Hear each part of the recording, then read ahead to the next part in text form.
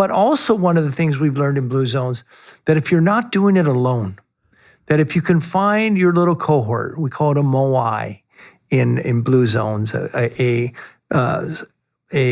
committed circle of friends, it's a lot easier to stay on the path. It's a lot easier to keep doing it on a daily basis, because I'm sure longevity, as with brain health, you could do the absolute perfect thing for a week, and that has zero impact on how your brain's going to be in 10 years. Absolutely. You have to do the right thing almost every day of your life, for most of your life, for most days for most of your life. And so I think a lot about how the mechanisms around which you surround the right behaviors so that you keep doing them. Well, you become like the people you spend time with. Yes. Right? I mean, behavior is contagious. People are very contagious. If they're negative, you're more likely to be negative. If they're positive, you're more likely to be positive. If they eat in a healthy way, you're more likely to eat in a healthy way. Exactly right. It's when we did the Daniel Plan, people who did it with another person or with a group doubled their success, however they defined it. For those people who haven't read the Daniel Plan yet, what, as I recall, it's a series of essays again, right?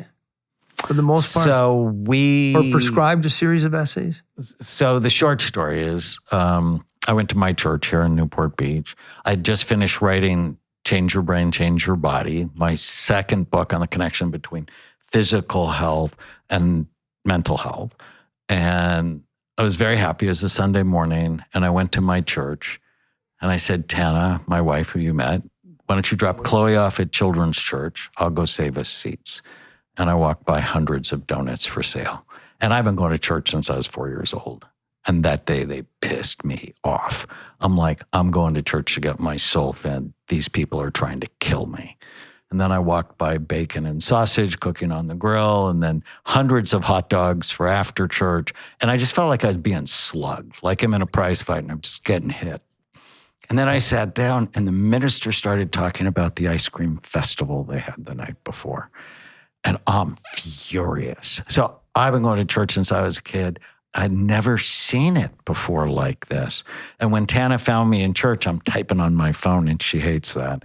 She gave you the look like, why are you on that thing in church? Yeah. Don't you know you're going to hell? And I showed her what I was typing. Go to church, get donuts, hot dogs, bacon, sausage, ice cream. They have no idea they are sending people to heaven early. Save them, then kill them. This is not the plan. And I prayed that Sunday that God would use me to change the culture of food at church. And during the prayer, so non-religious people notice this as intention. I'm like, this is the dumbest prayer you ever prayed. And if you know me well, you know I have an attitude problem. And I'm like, God's my prayer, you deal with it what you want.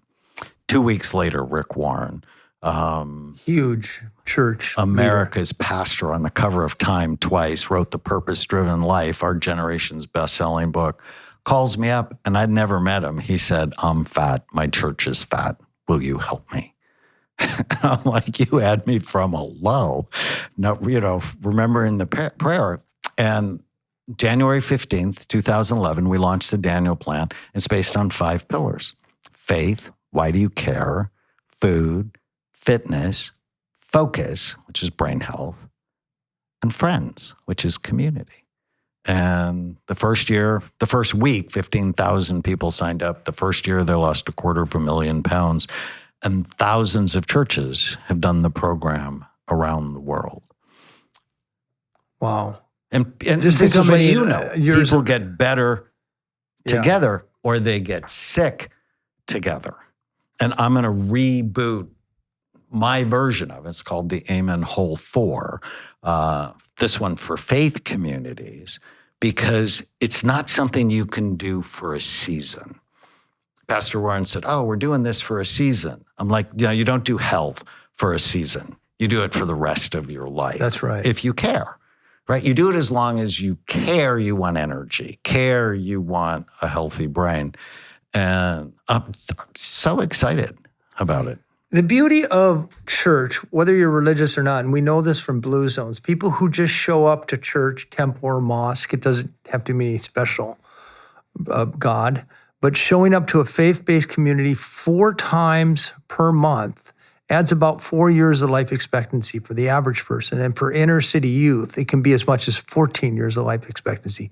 Why? I believe it's because people who show up to church are less likely to get involved in risky behaviors. They have that one time a week where they downshift, lower their stress, lower their cortisol, take their mind off of their busy lives and put it on higher being or maybe just fellow parishioners.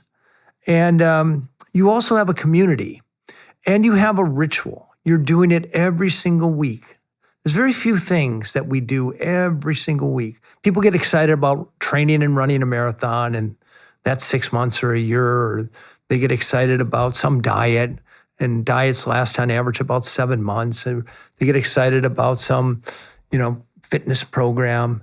They don't last very long, but a faith and a faith-based community, that's a strategy for the long run. It's this great delivery vehicle for this type of brain health intervention you're thinking of. It's a great idea. Amen 4, coming soon. Whole 4, yeah.